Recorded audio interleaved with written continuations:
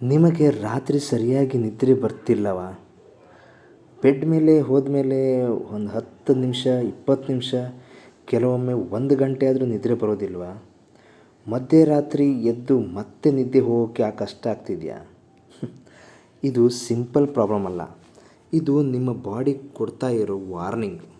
ಈ ವಿಡಿಯೋದಲ್ಲಿ ನಾನು ನಿಮಗೆ ನಿದ್ರೆ ಯಾಕೆ ಬರೋದಿಲ್ಲ, ನಾವು ಮಾಡ್ತಾ ಇರುವ ದೊಡ್ಡ ತಪ್ಪುಗಳು ಮತ್ತು ಡೀಪ್ ಸ್ಲೀಪ್ ಪಡೆಯುವ ಬಗ್ಗೆ ಕಂಪ್ಲೀಟ್ ವಿಧಾನ ಹೇಳ್ಕೊಡ್ತೀನಿ. ಸ್ಟೆಪ್ ಬೈ ಸ್ಟೆಪ್ ಹೇಳ್ತೀನಿ.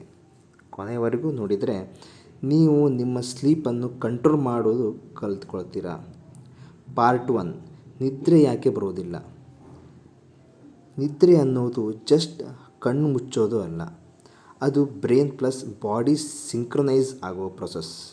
ನಮ್ಮ ಬಾಡಿನಲ್ಲಿ ಒಂದು ಇಂಟರ್ನಲ್ ಕ್ಲಾಕ್ ಇದೆ, ಅದನ್ನು ಸರ್ಕ್ಯಾಡಿಸಮ್ ರಿದಮ್ ಅಂತಾರೆ. ನೀವು ಪ್ರತಿದಿನ ಸೇಮ್ ಟೈಮ್ಗೆ ಮಲಗಿದರೆ ಸೇಮ್ ಟೈಮ್ಗೆ ಎದ್ದು ಬಂದರೆ ಈ ಕ್ಲಾಕ್ ಪರ್ಫೆಕ್ಟಾಗಿ ವರ್ಕ್ ಆಗುತ್ತೆ. ಆದರೆ ಇವತ್ತು ಜನ ಏನು ಮಾಡ್ತಾರೆ, ಒಂದು ದಿನ 10 ಗಂಟೆಗೆ ಮಲಗ್ತಾರೆ, ಮತ್ತೊಂದು ದಿನ 1 ಗಂಟೆಗೆ, ಕೆಲವರು ರಾತ್ರಿ 3 ಗಂಟೆವರೆಗೂ ಫೋನ್ ಯೂಸ್ ಮಾಡ್ತಾರೆ. ಆಗ ಬಾಡಿ ಕನ್ಫ್ಯೂಸ್ ಆಗುತ್ತೆ. ಇದಕ್ಕಿಂತ ಡೇಂಜರಸ್ ಇನ್ನೊಂದು ಕಾರಣ ಸ್ಟ್ರೆಸ್. ನೀವು ದಿನವಿಡೀ ಟೆನ್ಷನ್ನಲ್ಲಿ ಇದ್ದರೆ ಬ್ರೈನ್ ರಿಲ್ಯಾಕ್ಸ್ ಆಗೋದಿಲ್ಲ. ರಾತ್ರಿ ಮಲಗುವಾಗ ನಿಮ್ಮ ಬಾಡಿ ರೆಸ್ಟ್ ಬೇಕು, ಆದರೆ ನಿಮ್ಮ ಮೈಂಡ್ ಇನ್ನೂ ರನ್ ಆಗಿರುತ್ತೆ. ಇಲ್ಲಿ ಒಂದು ಸ್ಮಾಲ್ ಸ್ಟೋರಿ ಇಮೇಜ್ ಮಾಡ್ಕೊ. ಒಬ್ಬ ಸ್ಟೂಡೆಂಟ್ ಇರ್ತಾನೆ, ಅವನು ರಾತ್ರಿ 2 ಗಂಟೆವರೆಗೂ ಮೊಬೈಲ್ ಯೂಸ್ ಮಾಡ್ತಾನೆ. ಬೆಳಿಗ್ಗೆ ಲೇಟಾಗಿ ಎದ್ಕೊಳ್ತಾನೆ. ಸ್ಲೋ ಆಗಿ ಅವನಿಗೆ ಸ್ಲೀಪ್ ಪ್ರಾಬ್ಲಮ್ ಸ್ಟಾರ್ಟ್ ಆಗುತ್ತೆ. ಅವನು ಟಯರ್ಡ್ ಆಗಿರ್ತಾನೆ, ಕಾನ್ಸಂಟ್ರೇಷನ್ ಕಡಿಮೆ ಆಗುತ್ತೆ. ಈ ಸೇಮ್ ಸಿಚುವೇಶನ್ ಹಲವರಿಗೆ ಆಗ್ತಿದೆ. ಎರಡನೇದು, ನಿದ್ರೆ ಇಲ್ಲದಿದ್ದರೆ ಏನಾಗುತ್ತೆ ಅಂತ. ನಿದ್ರೆ ಪ್ರಾಪರ್ಲಿ ಆಗಲಿಲ್ಲ ಅಂದರೆ ಮೊದಲು ಎಫೆಕ್ಟ್ ಆಗೋದು ನಿಮ್ಮ ಬ್ರೈನ್ ಮೇಲೆ. ನಿಮ್ಮ ಥಿಂಕಿಂಗ್ ಸ್ಲೋ ಆಗುತ್ತೆ, ಡಿಸಿಷನ್ ಮೇಕಿಂಗ್ ವೀಕ್ ಆಗುತ್ತೆ, ಮೆಮೊರಿ ಕೂಡ ವೀಕ್ ಆಗುತ್ತೆ. ಇದಕ್ಕೆ ಎಕ್ಸಾಂಪಲ್, ನೀವು ಎಕ್ಸಾಮ್ಗೆ ಪ್ರಿಪೇರ್ ಆಗ್ತೀರಾ, ಆದರೆ ರಾತ್ರಿ ನಿದ್ರೆ ಆಗಲಿಲ್ಲ, ಬೆಳಿಗ್ಗೆ ಓದಿದ್ದನ್ನೇ ನೆನಪಿಗೆ ಬರೋದಿಲ್ಲ. ಇದು ಯಾಕೆ ಗೊತ್ತಾ? ಸ್ಲೀಪ್ ಸಮಯದಲ್ಲಿ ಬ್ರೈನ್ ಇನ್ಫಾರ್ಮೇಷನ್ ಸ್ಟೋರ್ ಮಾಡುತ್ತೆ. ಸ್ಲೀಪ್ ಇಲ್ಲ ಅಂದರೆ ಸ್ಟೋರೇಜ್ ಪ್ರೊಸೆಸ್ ಡಿಸ್ಟರ್ಬ್ ಆಗುತ್ತೆ. ಮತ್ತೊಂದು ದೊಡ್ಡ ಪ್ರಾಬ್ಲಮ್ ಏನಂದರೆ mood swing.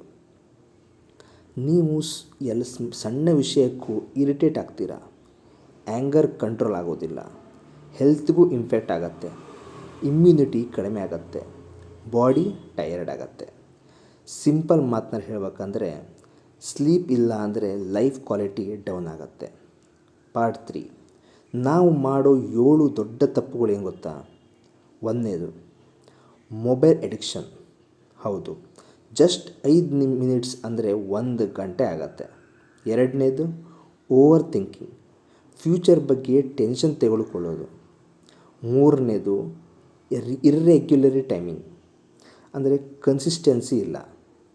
4ನೇದು, heavy food, late night ಹೆಚ್ಚು ತಿನ್ನೋದು. ನೋ ಎಕ್ಸಸೈಸ್, ಅಂದರೆ ಬಾಡಿ ಟಯರ್ಡ್ ಆಗೋದಿಲ್ಲ. ಬೆಡ್ ಮೆಸೇಜ್, ಅಂದರೆ ಬೆಡ್ ಮೇಲೆ ರೀಲ್ಸ್ ಚಾಟಿಂಗ್. 7ನೇದು, ಸ್ಟ್ರೆಸ್ ಇಗ್ನೋರ್ ಮಾಡೋದು, ಮೈಂಡ್ ಕಾಮ್ ಮಾಡೋದಿಲ್ಲ. Part 4, powerful solution. ಈಗ ಇಂಪಾರ್ಟೆಂಟ್ ಪಾರ್ಟ್, ಸೊಲ್ಯೂಷನ್. ಮೊದಲನೆಯದು, ರೊಟೀನ್ ಫಿಕ್ಸ್ ಮಾಡು, ಪ್ರತಿದಿನ ಸೇಮ್ ಟೈಮ್ಗೆ ಮಲಗು. 2ನೇದು, ಫೋನ್ ಅವಾಯ್ಡ್ ಮಾಡು, ಸ್ಲೀಪ್ಗೆ ಮುಂಚೆ 30 ನಿಮಿಷ ಫೋನ್ ಆಫ್. 3ನೇದು, ಡೀಪ್ ಬ್ರೀತಿಂಗ್, ಸ್ಲೋ ಇನ್ಹೇಲ್ ಅಂದರೆ ಸ್ಲೋ ಎಕ್ಸೇಲ್. 4ನೇದು, ಎನ್ವಿರಾನ್ಮೆಂಟ್, ರೂಮ್ ಡಾರ್ಕ್ ಆಗಿರಲಿ, ಸೈಲೆಂಟ್ ಆಗಿರಲಿ. 5ನೇದು, ಲೈಟ್ ಹ್ಯಾಬಿಟ್ಸ್, ಬುಕ್ ಓದು, ಕಾಮ್ ಮ್ಯೂಸಿಕ್ ಕೇಳು. 6ನೇದು, ಎಕ್ಸಸೈಸ್, ಡೈಲಿ 20-30 ನಿಮಿಷ ಎಕ್ಸಸೈಸ್ ಮಾಡು. Secret tips, warm water drink, gratitude thinking, positive thoughts. ಚಿಕ್ಕ ಹ್ಯಾಬಿಟ್ಸ್ ದೊಡ್ಡ ಚೇಂಜ್ ತರುತ್ತೆ. ನೀವು ಈ ವಿಡಿಯೋದಲ್ಲಿ ಹೇಳಿದ ಹಾಗೆ ಮಾಡಿ, ನಿಮ್ಮ ಫ್ರೆಂಡ್ಸಿಗೂ ಶೇರ್ ಮಾಡಿ. ಮತ್ತಷ್ಟು ಯೂಸ್ಫುಲ್ ಮಾಹಿತಿಗಾಗಿ ವಿಡಿಯೋಗಾಗಿ ಸಬ್ಸ್ಕ್ರೈಬ್ ಮಾಡೋದನ್ನು ಮಾತ್ರ ಮರಿಬೇಡಿ. Thank you friends.